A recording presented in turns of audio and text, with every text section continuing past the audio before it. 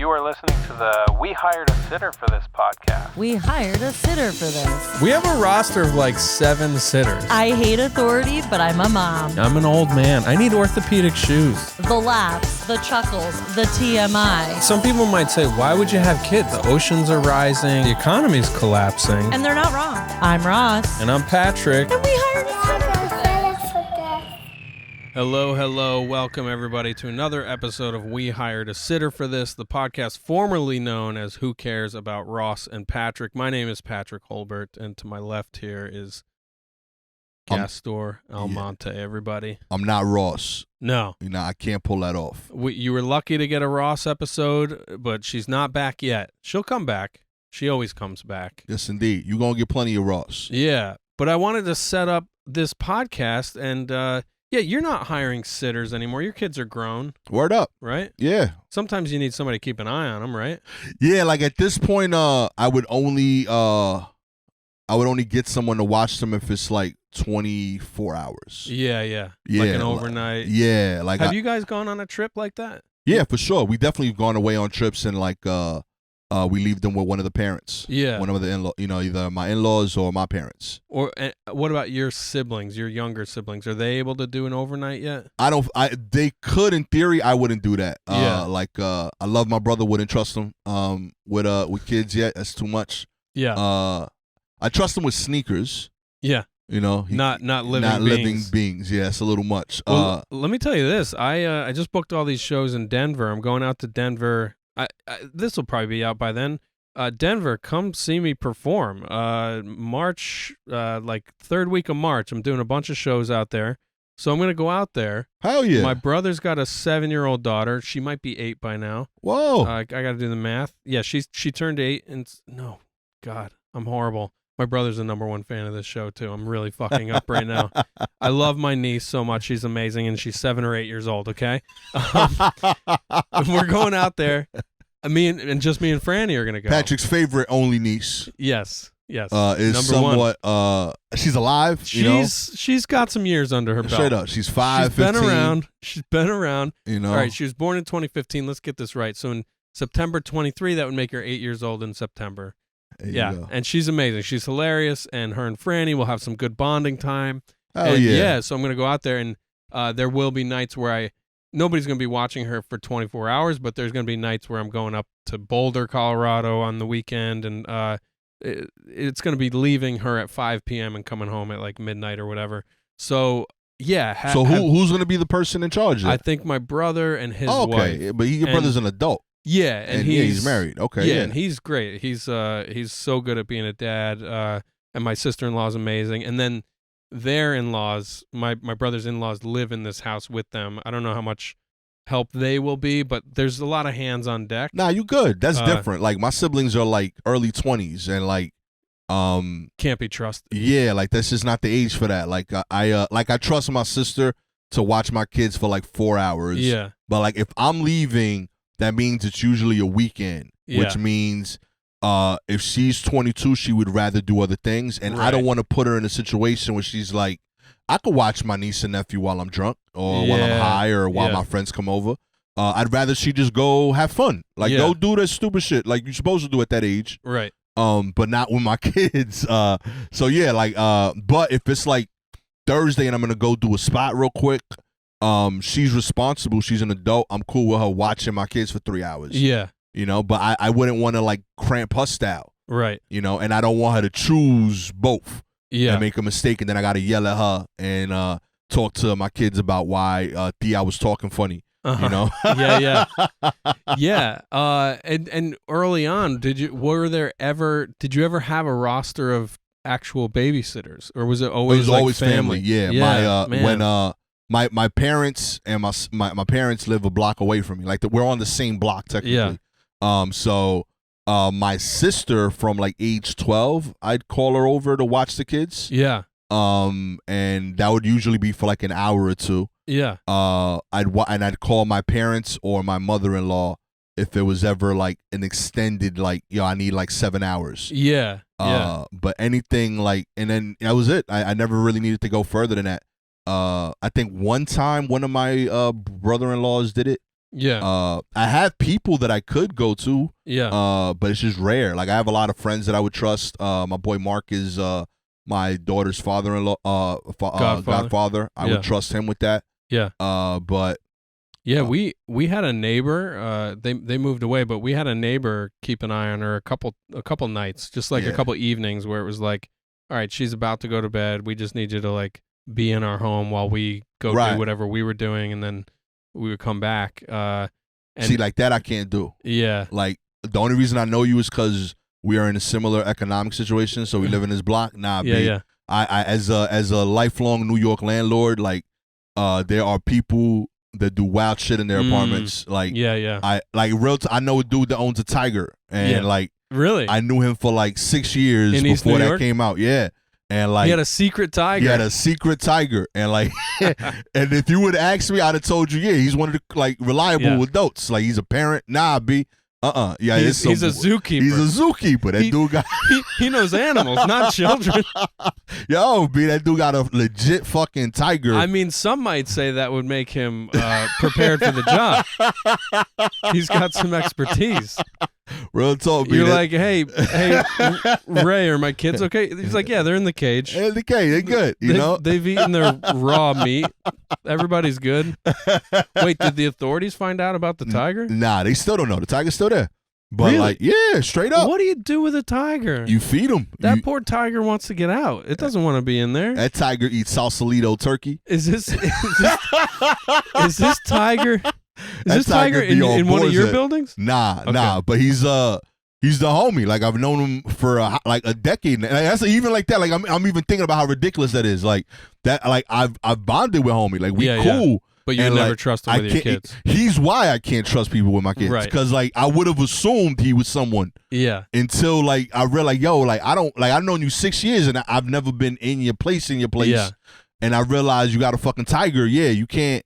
Like, I don't know what you and like it made me realize that like everyone in New York has things that they think are normal. Yeah. And it's just in their home and you don't know. So now be like I need to have like a decade of like one-on-one exposure. I gotta know what the inside of your home looks like. Yeah. I need to have known you when you were making mistakes. I want everything. Like I want to see what you like for real. Yeah.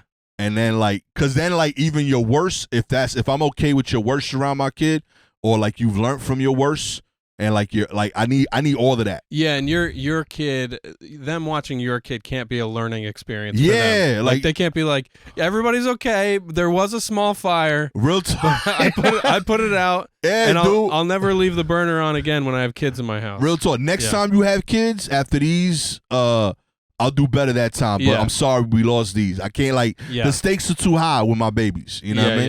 Yeah. So yeah, nah. No, the few neighborhood friends we've used are long-term friends, people we've known forever. We know them very intimately in different ways, and we would never just like give her to a random person. And it's been usually pretty brief. It's like a few hours or whatever. Good. But yeah, the other thing I wanted to dig in a little bit with this show, because I feel like I just love talking to you. So we come on the podcast and sometimes we end up just like talking comedy and life and whatever, which is fine because we're dads living a life, making a living, doing our thing, right? That's what we do. But I also want to talk to you about this idea that Ross and I had for the podcast that sometimes there's a big question mark at the end of the title of like, we hired a sitter for this? And I'm thinking of the parents out there.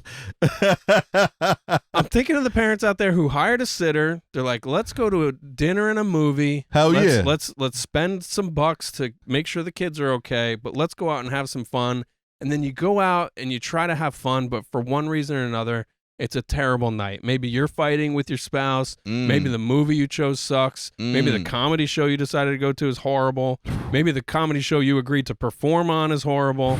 Can you think? Are there any occurrences that you can think of where you had to rearrange your schedule or your life to like make something work, and then you get there and you're just like, "What are we even doing? Why did we? We could just be home with our kid right now, and that would be better than whatever this is." Yeah, for sure. Early on,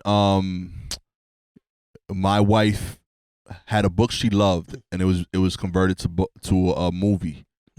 and we went to see that, and it might have been the worst movie I've ever seen in my life. What was the? Do you remember it? Yes, of course. Love in the Time of Cholera. Oh yeah, I remember that being like a popular New York Times bestseller or whatever. The book I've heard great things about. The movie is the worst shit I've ever seen in my life. Like, it's not a good title. I'll be honest. Yo. Who wants to read about life in the time of cholera? Real talk. So we were all shitting our brains out. We're all on the doorstep of death, and we're all miserable. I was so heated, that whole shit, yo. Like, cause it and was movie night's expensive. Yeah, man. I'm down like $100. Yeah. To see this shit, and I'm cool with her picking the movie. That's you gotta do that. You gonna do the rotation. But this was early into us being living together. So this is peak me working 2 jobs. Yeah. So I'm getting date night every 2 months. Right. So you wasted it on this shit? You ain't read a review? Yeah. You ain't. She's you put it on her? Hell yeah, I put it on her. I was like, yo, what the fuck you doing? Yo, this is madness, shorty. I didn't even put it on her post show. I was doing it during the movie. Yeah. I was like, this is horrendous, B. I was talking to people in the theater, yo, y'all, we all spent money on this, B. Are we all having the same experience here? Do you believe this? You're I was so mad that whole film, B. John Leguizamo, you my dude, but you really ran with that bag. And is it a drama? What is it about? Is it a period? Is it in the 1800s or something? It was everything. The acting was Give us all terrible. the spoilers. I say, spoiler alert, we're not doing it. We don't care. Nobody should see this movie, and you should have read the book back when it was popular. So I think it's a love story. Didn't get that.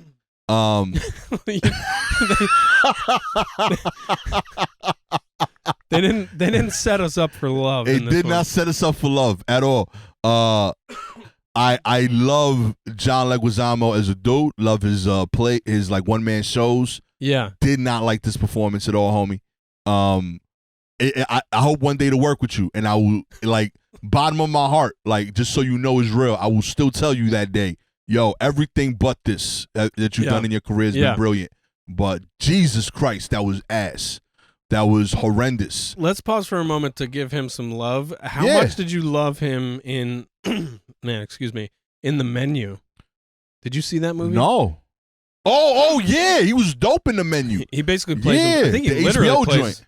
He plays himself kind of. Literally himself. Yeah. That shit was fire. He was hilarious. Yeah, dude, he got some heat, man. People sleeping on him. Yeah. Also as Bruno in Encanto. Yeah, man, people sleeping on me. Deep character. Yo, he got layers. He could do the funny joint. He could do serious joints. Yeah. My man got skills. Be real talk. And his one man shows are all fire. I caught him workshopping his last one at the Creek before he even did the full run. Was that Clown or something? Yeah, no, it was the history of America or something like that. Yeah. Yeah, he got sincerely, I rock with homie. Yeah. So and the reason I'm sticking with being mad at him is because that's how my wife sold me on it. She was no, yo, your boy John in the movie. It can't be, but John's in the movie. I'm like, you for real? He yo, he wanted the main dudes. Yo, get those tickets, dude. Book the sitter. So fucking tight, dude. And then you're there, and you're like, we hired a sitter for this. Yo, the nonsense that we go through. Yeah, John. Love in the Time of Cholera. Yeah. Sex in the City 2.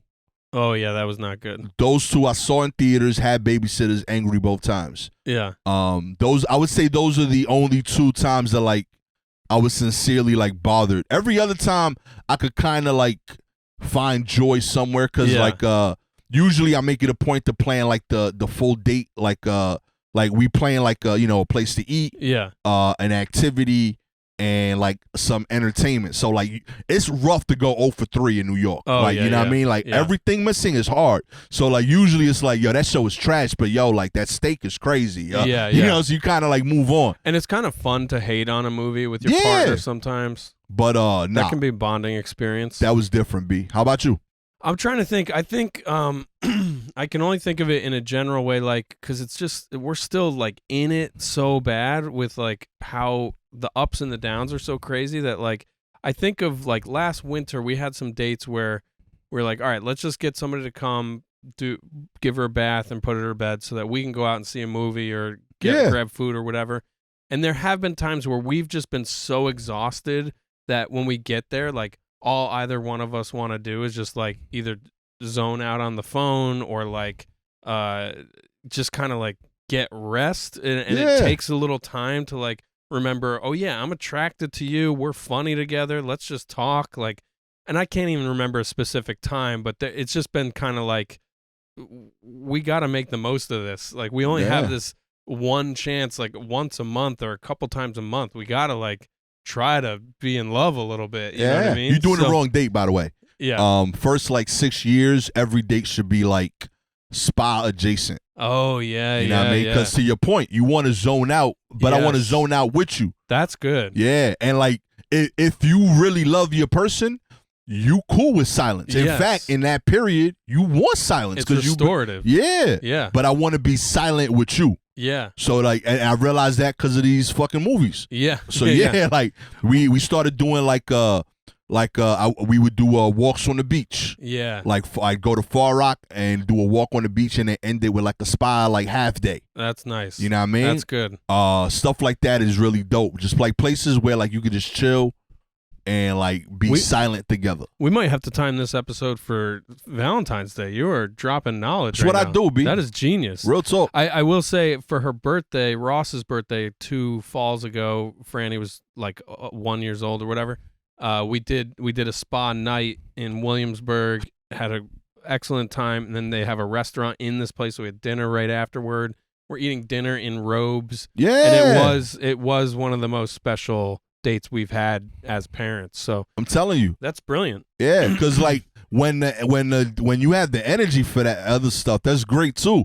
But you got to be cognizant of where you are, and like the time away is a time for y'all to connect, but it's also a time to like legit not be there. Yeah, you know. So that the energy required for that is different. You can't go to concerts now, right? Yeah. Like you ain't gonna make it. Right. You know? No, I'm not even interested. Yeah, exactly.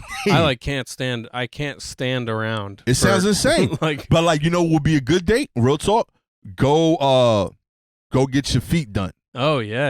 I like Real that. talk. Both of y'all, it's an easy date. You can do it midday.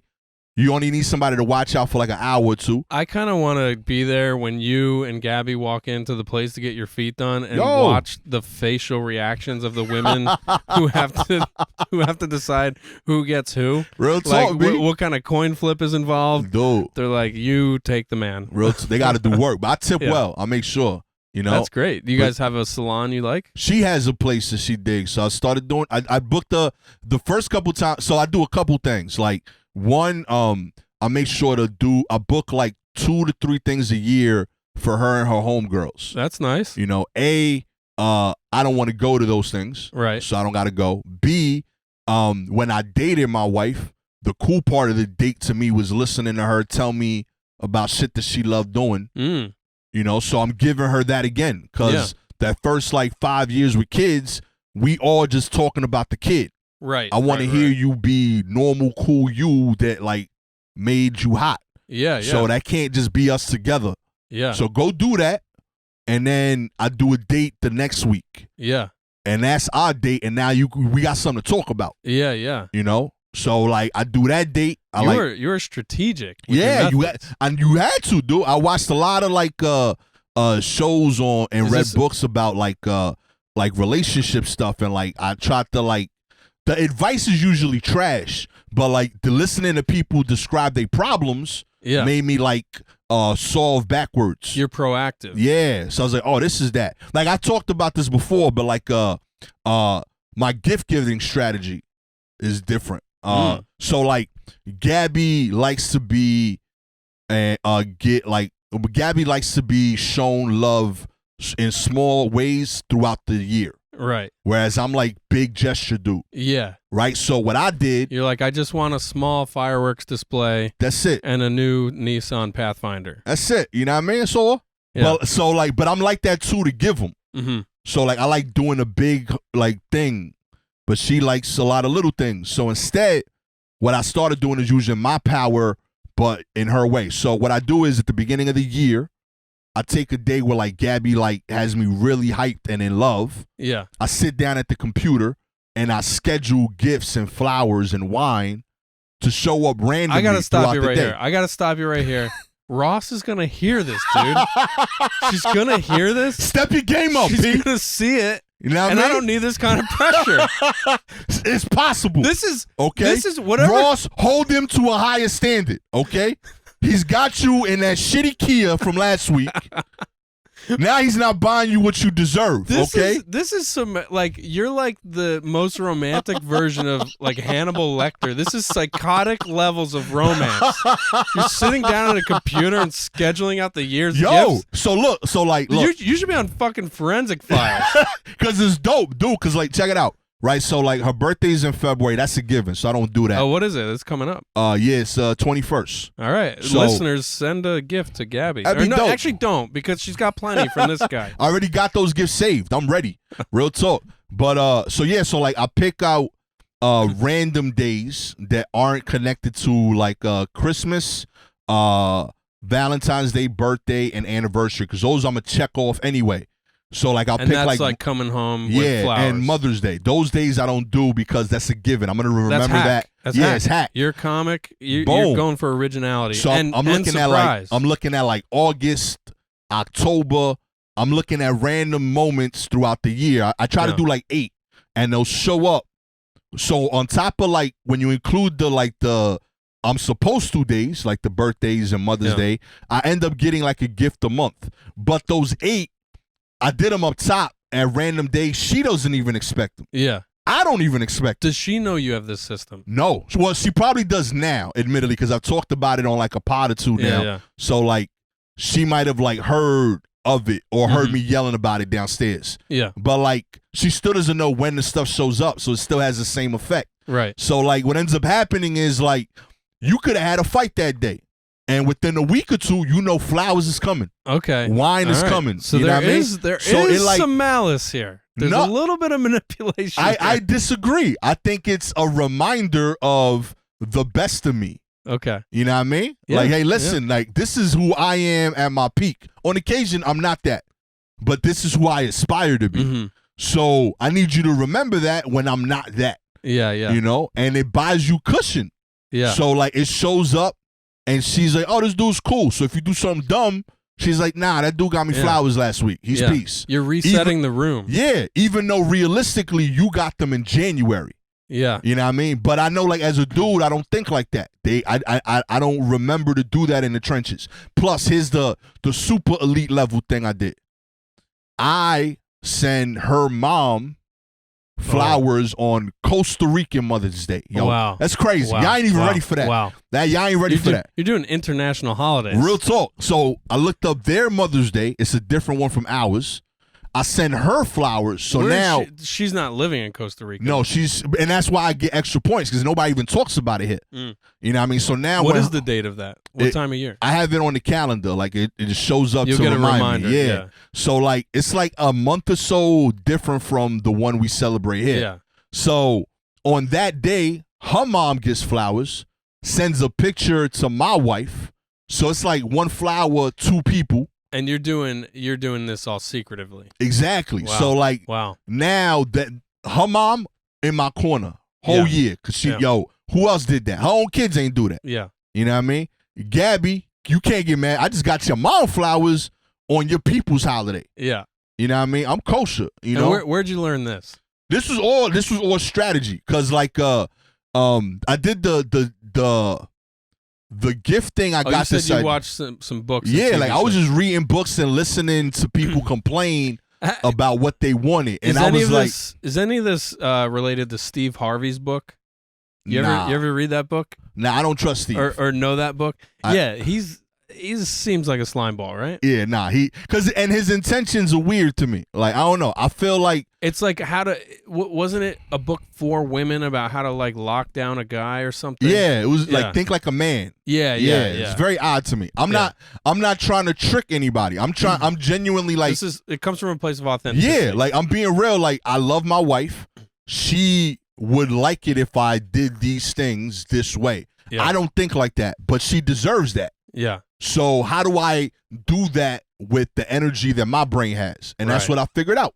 And then the Mother's Day thing I realized because of my mom, because my mom's Dominican, they have a different Mother's Day. Yeah. So I would find out about it, and then I would send like her and my aunt's flowers, and I was like, oh, I wonder what Costa Rican is. Yeah. And then I did the thing, Wow. you know. And like, it's not a lot of effort because you only got to remember it once. Put it in your calendar. You don't got to remember it ever again. Your iPhone does it for you. Yeah. And then at the beginning of that month, look at what dates are coming up. You do that. But the other stuff, that's my whole point. I don't want to remember. It's hard. Yeah. So January, knock that shit out. January 2nd, January 3rd, And- you sober from the New Year's party? And what do you mean by that? You're sitting down and actually putting in these orders? Yeah, I go you're in Pro Flowers, I buy the purchasing these flowers, things? show up this date. Pro Flowers lets you program shit a year out. Wow. I forget the wine service. But you got same idea. and you got to pay at the same time. You got to so pay you're there. dropping a few hundred. But I'm gonna pay that anyway. Yeah, It's still money I'm gonna spend that year. It's not different. It's just you got a budget to do it up Wow. top. But it's the same shit. That's what I'm saying. Like it's the same effort that you should do. I think there's a pilot here. I think there's a film. You remember Hitch, like the pickup artist movie? Instead of a pickup artist, you are like a coach for somebody who's trying to get in good with their own family. Like maybe they've been ostracized for the family for like fucking up a wedding or like being a drunk or an addict or whatever, and they got to like get back in. They got to repair the love and repair the relationships. And you come in and you're like, here's what we're gonna do. Real talk. I like that. We're gonna sit down January 2nd. We're gonna go through the dates, all that kind of stuff. Yo, I'm here. There I'm might with be it. something. Let's start writing. I mean, it's a little similar to that new Melissa McCarthy movie with the genie. Did you watch that? No. It was fun. It's like a new. It's on Netflix. What is it called? Call in if you know what it's called. This is fascinating. Yo. I hesitate to call myself selfish because I do think I'm always thinking about my family and how I can be of service, and I like taking care of other people. But I gotta say, this is next level. I used to make a lot more money than I do now, so that's part of it too. I used to really enjoy giving nice gifts to people, but I've been pretty selfish and also just sort of like just so concerned with the immediate needs of me and my family and like whatever that it's hard to like zoom out and create, like you're creating these magical experiences for these people, and that's so beautiful. So I think that's why I do it on one day, because I have the same issue. I'm busy too, my G. Like, I would 100% fail if you told me to do these throughout the year. Yeah, you know what I mean. I'm on the road for like a third of the year. It would be. I would consistently disappoint my wife if I did it that way. Right. So yeah, I had to find other ways to let people know, yo, I love you. It's just I can't be there every time. And these things kind of like show people, yeah, he does. Yeah. You know what I mean? And did you find it necessary to step up your game in this department? Like, because I'm so curious now that your children are like 15 and 14, is that what they are? Yeah, soon. My son turns 14 in March. Yeah, so like at that age, like my daughter is less than a third of that age. Like she's a quarter of that age. Oh yeah. So like there's gonna be a time, like it's like, you know, we've been together 13 years now, married for 7. Like our relationship does keep changing, and I wonder what the next iteration of it will be and what it will feel like, or like what actions will have to happen to like refresh it. Was any of this stuff that you're talking about now a part of a refreshing the marriage, or did you ever feel like you had to consciously like put new effort in to make things exciting again, or fresh or spicy, or you know, whatever? Yeah, I mean, I think somewhere around like year 4 or 5 of the kids, like there's like a realization of like they're starting to become more self-sufficient, and then you're like, yo, like, how do we connect again? Yeah. You know, like, I forgot what you like as a person, you know, like, I know what you like as a coworker, you know, we've gotten through the trenches together. I rock with you, but like, you got to do other things to kind of do that. So like, there was like a year where like I really went ham on like getting a lot of interesting personalized things. Yeah. And then, like I just started looking at things that were her interest, and then like, there was things that I did that didn't work. Like initially, like doing these fun things, like there were initial like things that I bought before the hangs that I realized they don't have the meaning because they're not personal. They're just nice. Yeah. You know, so that didn't work. And then like that's kind of when I started like listening more to like. And when you say personal, are you talking about like literal like nameplates? Not nameplate, but like that like means something to her. Okay. So like if I bought like a real nice like jacket, but she didn't care about that right now. Yeah, she would say thanks, but like it didn't connect. Right. So like I realized that like before when I didn't have money and we were dating, when we were just stupid young adult and like early teens or whatever, like we still did stuff that like we both cared about. So I had to find versions of that. So like I realized she's really into like Broadway plays. So like I'd make it a point to like I'd buy like 3 Broadway tickets for her and her homegirls. Go see that. And then for every like 3 to 4 shows that Gabby goes to, I go to 1. Yeah. So like I'm gonna take part in your thing, but I'm gonna let you also enjoy that thing. Then instead of like buying her random things, I'd buy her either something that I liked a lot for her or that she liked a lot that I found out about. So like she got really into planting during the quarantine. So like I'll look up like gardening. Yeah. So like I got her like a clementine plant. Oh, nice. This year for our anniversary. She wanted to grow is it thriving? It's doing pretty well. Yeah, she's really Nice. She got like 200 plants in the crib. Wow. So like Does she have a greenhouse? Nah, that would be like the next thing, big. Yeah. Super like it's not even a secret because I can't hide it. But like if I ever do well enough to buy the house that I want to buy, that's how I'm gonna announce it. Like I'm gonna like show her like 3 cribs with like greenhouses. Yeah, and look, if people got tigers in their houses in your neighborhood, you can have a greenhouse. Real talk, my G. That's so beautiful that you have so much intention and attention toward your wife around gift giving. That's the homie. Real talk, really nice. Me. Like I do. Like I my kids asked me who's in charge recently. Yeah. And like I said, I'm CEO. She's COO. Yeah. So I got a vision for me and y'all, but she's the one that executes. Yeah. Because I'm out. Yeah. So like. Yo, she's handling all the day-to-day shit that makes me being an artist possible. So yeah. I gotta show love back. And being frank, like there's like a weird middle phase that like artists don't talk about where like I'm not famous, I'm not rich, but I'm also not poor anymore. Yeah. So like I'm in this weird place where like when I get booked for something, the pay is okay, but the perks are rich because that's how they'll balance it. Like, hey, the pay is high, but we get you in this 5-star hotel. Yeah. So there's so many times where, like, unfortunately, like the cool amenities, I get them by myself. So like, I feel bad. Like I'm on the road, freaking having a $200 steak. Yeah. You know what I mean? And I'm solo. Yeah. So like she'll see the pictures of it. Yeah. But she ain't get to have that. So like, eventually we'll share that. But I'm trying to find ways to share more and more of that with the person that's making that possible. Yeah. You know what I mean? So yeah, man, that's the homie. You gotta do that shit. Yeah, so you gotta much like she is a gardener, you've gotta garden your relationship. Ooh. You have to tend to the plants. You have Ross, I see why you with him. I see why you with him. You have to prune what's not working and nourish what is working. Real talk. That was sexy, yo. Did you fall in love with me? Hell just yeah, now? right now, B. When will you start sending me gifts? Because my birthday is March 20th. My sobriety date is August 23rd. Okay. Father's Day in Costa Rica. No idea.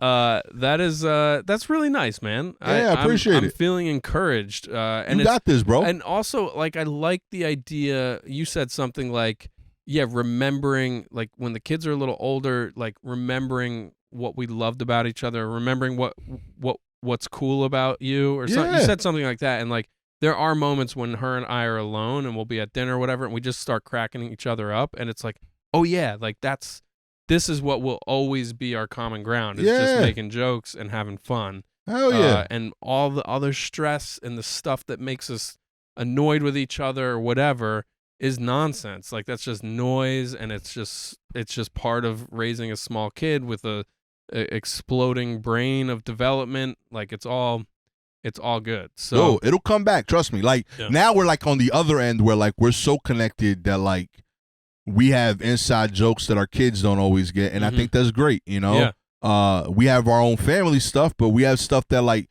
is just me and her somebody we was watching a TV show, and like someone on the show like was disgusted with something, and it was like Yeah. and I said and then she like heard it, so she went by Let me and guess, said she went, nah. exactly. Yeah, you know yeah. what I mean? And we laughed and like enjoyed the moment, Yeah. and then like What was his name? our kids were very confused. And then like none of that story sounds real. You know, they're like, oh, it's this guy named Master P. Yes, Master P. You know, yes. he is a billionaire Yes. now from said song. Yeah. Was he was like Dirty South or Cash New Orleans, Money? Cash Money. Yeah. He is No Limit Soldier, actually. Yes. The precursor to Cash Money. Yeah. Totally. I met Baby's mama. You know, Baby from Cash Money? Really? Yeah. I was at a casino in New Orleans, and we were at the what's that? The roulette table. No, not craps. The one with the shovel and the dice and the... Yeah. And this woman was like holding court, and she wanted to teach everybody how to play. So we ended up talking to her, and it came out that we were there filming something for MTV. It was a documentary. Yeah. And we were there just killing time one night. And my boss mentioned our project, and she was like, "Oh, I know MTV. My baby's on MTV." And we were like, "What?" And she's like, "I'm Baby's mama." And we're like, "Who's your baby?" And she's like, "No, Baby's my baby." And it was this whole long, like, who's on third thing. That's so awesome. And then space has never been so important. Yeah. I love Master P. That's beautiful. So let me ask you this: a funny thing you said, or a thing that I've been thinking a lot about, is the role we play to each other as married couples. Like you said, when your kids were 5 or 6, like you realize we're good coworkers. Yeah. And I've been realizing that too. Like our relationship went from like the sexy person I want to be naked with as much as possible. Yeah. To marry, like roommates. You move in together, and we got married, and it becomes like a roommate situation. Financial partner. Still want to be naked and have that kind of good time. That's great. Then you get married, and then like the roommate stuff happens more, and then and then we started podcasting together, and so it's like this like creative collaboration. That's dope. I like that. And then the coworker stuff, and then the kid comes, and then it's really like the co-parenting. It becomes the number one role. Mhm. Like that's my co-parent first, and like my wife second, which may be a mistake on us. Like perhaps the couple does have the control to decide, all right, which role is the biggest role right now. Right. But for us, it really, there was a period of time there where it was like, all right, let's just like figure out how to do this. And, for the most part, it's a good thing, right? Yeah. But yeah, I guess heightening the role of husband and wife and the intimacy, the romantic intimacy feels important. To like and best, it's like, so I married my best friend, but like, she's a really good friend of mine that I married, and that I love being around. So yeah, I guess I don't know. It's interesting to hear you talk about the role of coworker. And, how that can morph again. Yeah, because I do think like for it to be successful, you got to prioritize y'all being together. But I don't think it needs to be that throughout, like daily. It just needs to be that as like overall. Yeah. You know what I mean? I think you're right to prioritize your kid for, the time that they need most of the attention early on like that. I think that's fair. Yeah. But like when you make your 40 years of marriage, where 30 of them you highlighting you two as a couple. Yeah. If you did that, then I think you won. But yeah, like 10 of them are probably going to be spent like, we had these 4 years where we focused on the babies because they were babies. We had a year where I focused on dad because he was sick. That makes sense. Right. There's going to be years like that. But overall, if they're top 3 in every year and they average out to being the peak overall of the 40, 50 years you together, I think you won as a couple. Yeah, and it is interesting to think about people who do go totally in the opposite way, where they're like, yeah, we got this kid, but really our whole marriage is about each other, and like we go on as many trips as we can together. We're getting hotel rooms to bang each other as often as possible, and the kids at home alone, like, but where are my parents? Like, we're fucking, we're having a good time. Good luck. Go check with your grandparents. And then there's the other way where it's like the parents who are everything is about the kid, like, and only the kid, and like that's interesting to think about because I think there's pitfalls and it's easy to fall into any of those directions if you don't keep the balance. Yeah, I think you always gotta like be willing to pivot. I think it should never be all one thing for an extended period of time. But I am okay with like the priority shifting temporarily. Like that makes sense to me. Yeah. But yeah, in turn, like there's gonna be a chance when that comes back. Also, like your kids leave. Yeah. You know, so they're like, it is what it is. Like there's gonna be a time when like they just can't be the center. They have to go on their own journey. Yeah. You know what I mean? You ever listen to that Cat Stevens song, Cats in the Cradle? No. It's the Cats in the Cradle and the Silver Spoon. You've heard the song.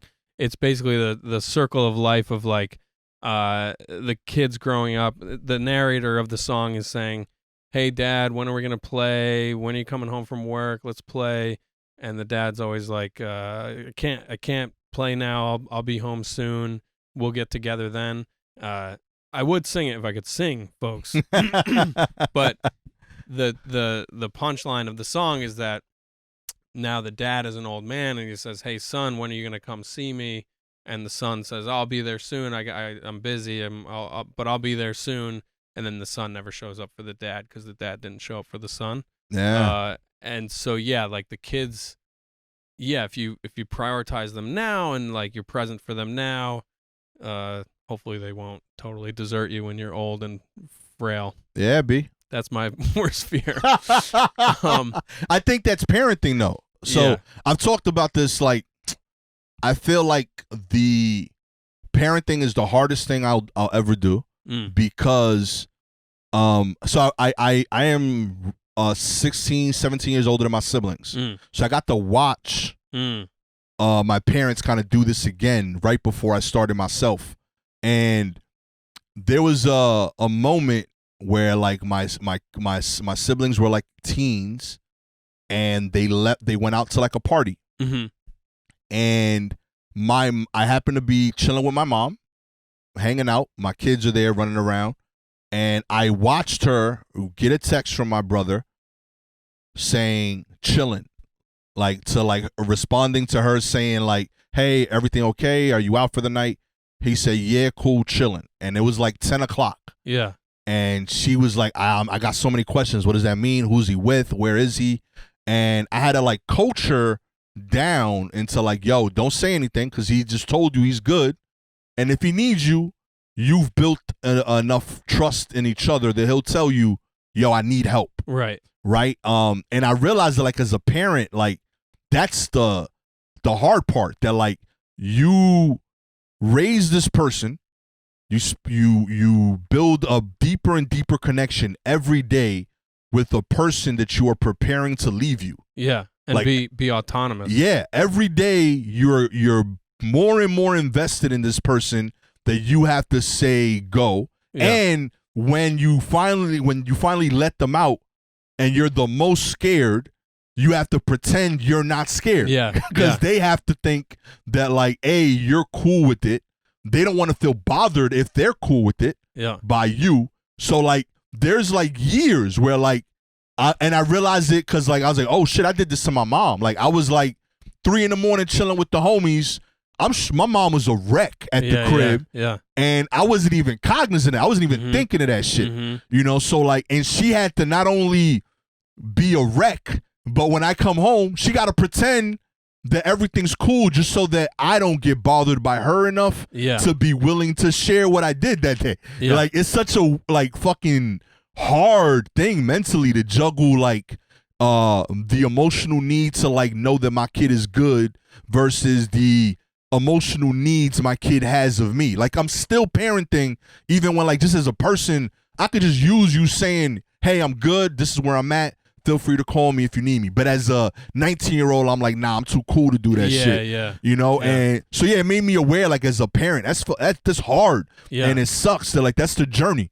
And for the rest of life, if I did my job, you see them like 4 times a year. Like, you know what I mean? Like, like what if that kid moves to another state? Like you don't see them on holidays. Yeah. You know, so like I'm blessed. My parents are on my block, so like, my dad is like, you think my dad's for real the mayor of my hood. Yeah. So like, he'll just walk around. I see him in convos, and like, I take like an extra joy of like just being able to shoot the shit with him. Yeah. You know, because that's like, I realized like, yo, that dude was out in the trenches working to provide for me, and he prepped me to leave, and he had to just deal with the fact that like, if he did his job well, he taught his son to be a man that works for his family. Yeah. So when he's finally like retired and free to chill, his son is doing what he just was doing. Yeah. Working for his fam. So he's not even gonna see the rewards of that. Like, there's no like payoff for him. The payoff is my kid. Like, he gets to chill with my son. Yeah. But like, that's just wild. They're like, yo, you invested 20, 25, 30 years into somebody, and like, you just, all right, cool. And you still got that, but they have it. They love you, but they don't have the same thing that you got. Right. They don't have the same care of like, are you okay every day? Right. They care about you, but it's not as a parent. Like, my kids are constantly like here. Yeah. And like, I'll ask them like, what'd you do today? And like, I realized that like, yo, this dude went like 18 hours and didn't even know if I was alive. Yeah, like, you know what I mean? Like, dude, I've been on the road since fucking, you know? It's a hard realization when you realize your own kids aren't that into you. Yeah, at all. Yo, no fucks. And no matter how famous you get, they're still gonna be like, yeah, it's just my fucking This is dad. my dad, yo. I love the idea of your dad being the mayor of the neighborhood, and like your whole life he's been like teaching you how to be like the deputy mayor or the comptroller or just the sanitation guy or whatever. He's teaching you what public service looks like, but your election season isn't even close to coming up yet. Yo, you're still in long-term political development. Low key, it's the hood Manchurian candidate. Okay, that's what you watching. That's pretty bad. Because isn't a Manchurian candidate somebody who's programmed to assassinate I'm somebody? gonna take over the world. I'm gonna take out the other candidate one by one. Hilarious. I was reading this Reddit thread about people talking about challenges with fatherhood and stuff like that, and somebody said the thing you have to watch out for. People say you get to raise a mini version of yourself, and they were like, you cannot think that way. You have to realize you're raising a mini person who is going to be their own person. And all the frustrations, this guy said, all the frustrations I've faced as a father came from me thinking I'm raising a mini version of myself. Can you relate to that, or do you see the wisdom in that? I don't. You don't even have to relate to it necessarily, but I'm curious. I guess I see the pitfall of that because, like, update on Franny's dance lessons. Hell yeah. She went for her third time last weekend. I wasn't there. It was her mother and my mother-in-law. Good move. She didn't make the cut. And I think it's because I might actually be the better person to bring her there, because if I'm there, she doesn't want to leave the dance studio to come be with me, because like she's like, why would I hang out with dad? I'd rather be dancing with these cool girls. Yeah. But when mom and mother-in-law are there, she's like, I don't want to dance. I want to hang out with my mom, because mom is the best, and mom is security, and mom is and JoJo, who's my mother-in-law, she goes by JoJo as grandma.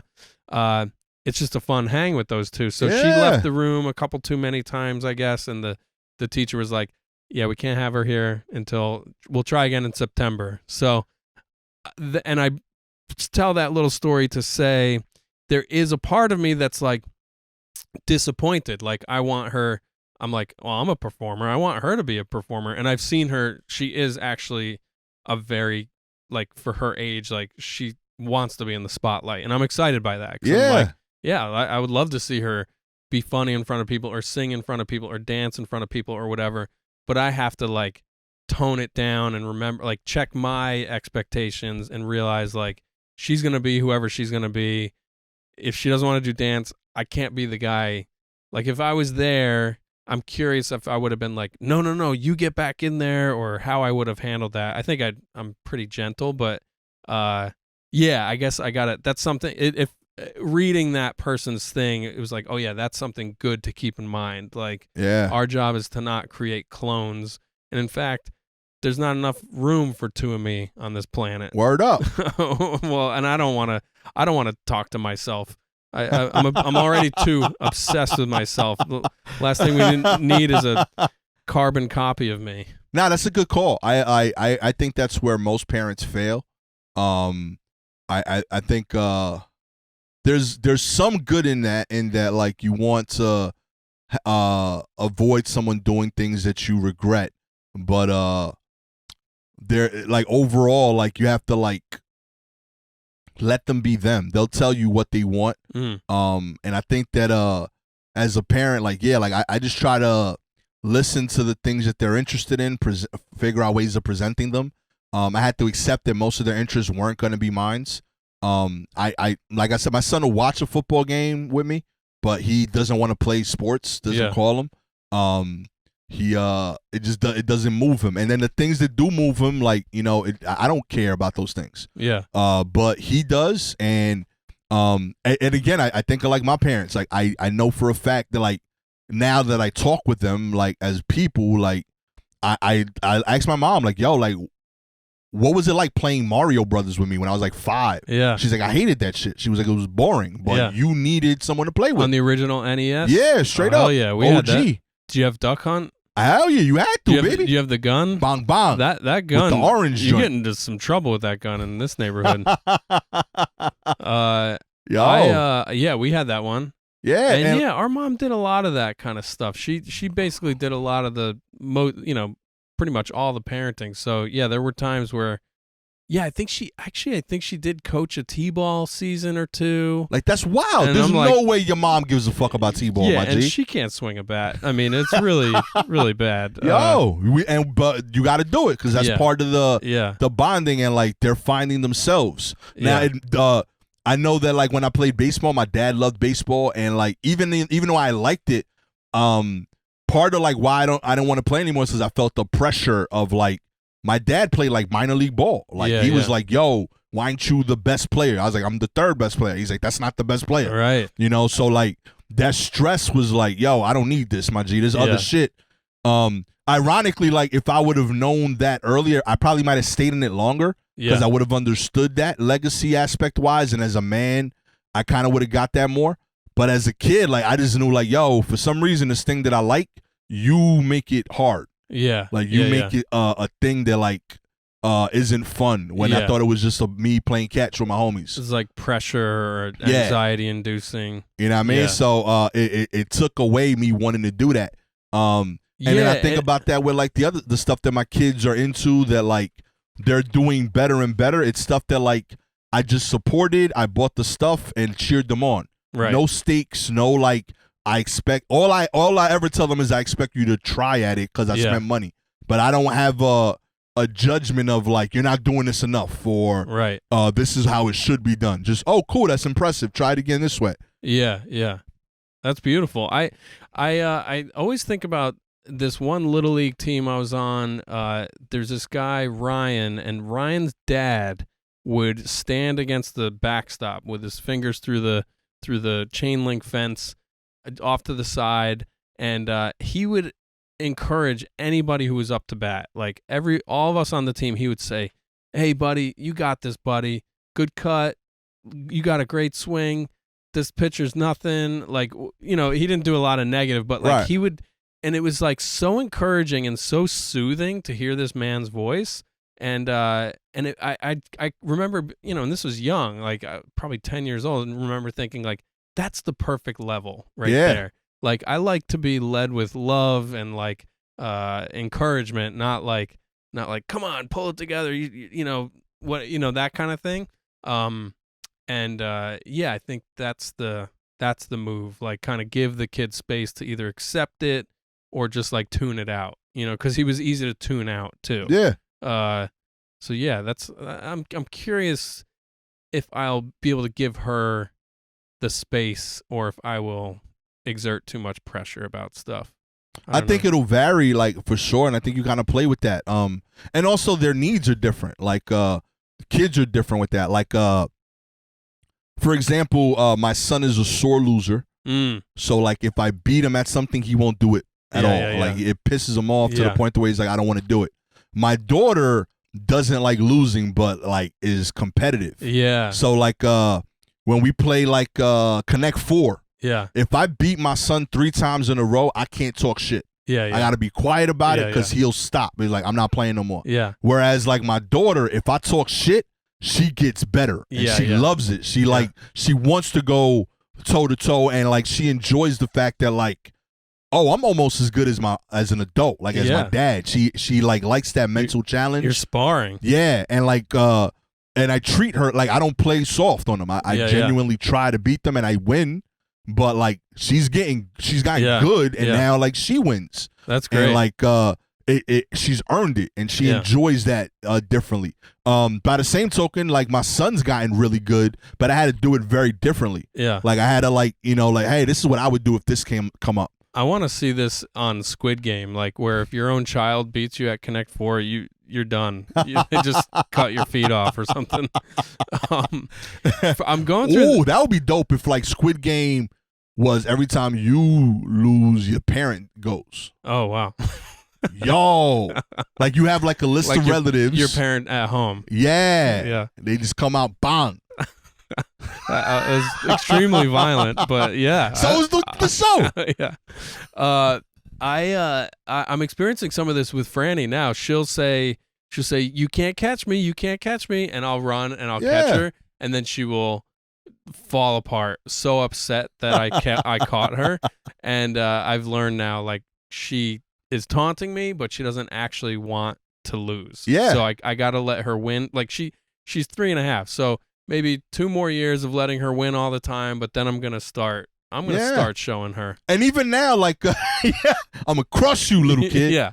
5 is on. 3, I'm gonna let you win, but at 5, I'm gonna dominate. Exactly. My G. We're playing by the rules from 5 years old on.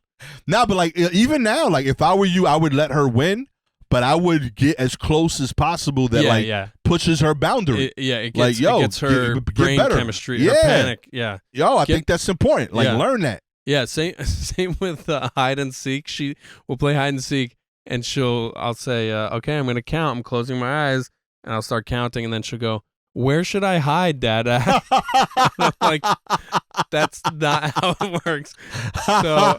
So then I'll tell her where to hide, and then I pretend like I didn't just tell her where she's hidden. That's awesome. And I really have learned how to draw it out. That's beautiful.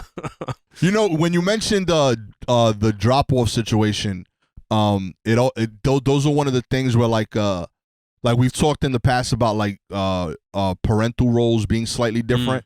That like struck me as a thing that comes up a lot in my house, because like there's moments where like there's a thing that I feel like is important for my kids' development that me and my wife are in agreement with, but not in timing. So like she'll want to play it safer.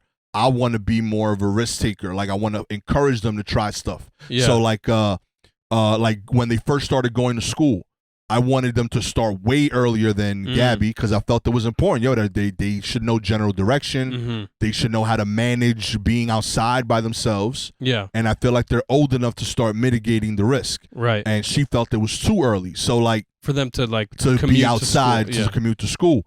And I think like that's a very like I don't necessarily think it's a gender role thing, but I think that one parent tends to take safer approach than the other. So like when you tell me that happens, like I think that's Franny's like way of saying that. Like when this parent is here, that's my comfort parent. Yeah. You're the one that I'm gonna take more risk with. Yeah.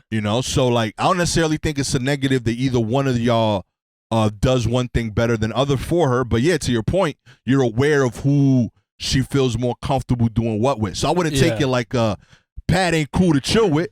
So much as, all right, well, if he's here, I could do some crazy shit. Yeah. Because he'll save me. Yeah. Whereas mom, like, she's going to protect me. So let me be nearby, because if she's here, this is dangerous. Yeah, I think there's some truth to that. Like, I actually got a buddy of mine has a six-week-old son, and he was texting saying, like, hey, the kid seems to not even see me right now. Like, he's favoring mom so much. He's like, is this normal? Is this a phase? And I was like, yeah, I remember that. And like, I was saying how the pendulum kind of swings and they start to come to you for different reasons. Yeah. And I think Franny associates me, like, I've taken her on so many trips on the subway or the bus for no reason, just to like get out of the house, go on an adventure. And I think she does associate me with adventure and going places. So Yeah. like that's cool when that starts to happen, and they come to you for different reasons and have a different attachment style to Yeah. both parents. So when you go to that dance joint and you see her go to play with the girls, it's because that whole day she's with this dude. They're like, oh, he does that. I could do that too. Yeah, exactly. You know, like you're reminding her of that part of her. Yeah. You know, so yeah, it's vital that both of y'all like do that stuff and figure out what parent is ideal for what moment. Yeah. Yeah. Well, I think we have taught people how to have kids. That's what we're here for, so baby. if you're on the fence, about having a children, and you listen to this whole episode, you now know how to do it. That's you it. are an expert. We've got it figured out. And actually, this will be our last episode forever, because what else is there to say? Done deal. You know what I mean? You're welcome. Thanks for watching We Hired a Sitter for this. Tell a friend if you think somebody might enjoy this show. And we'll see you next time. Peace.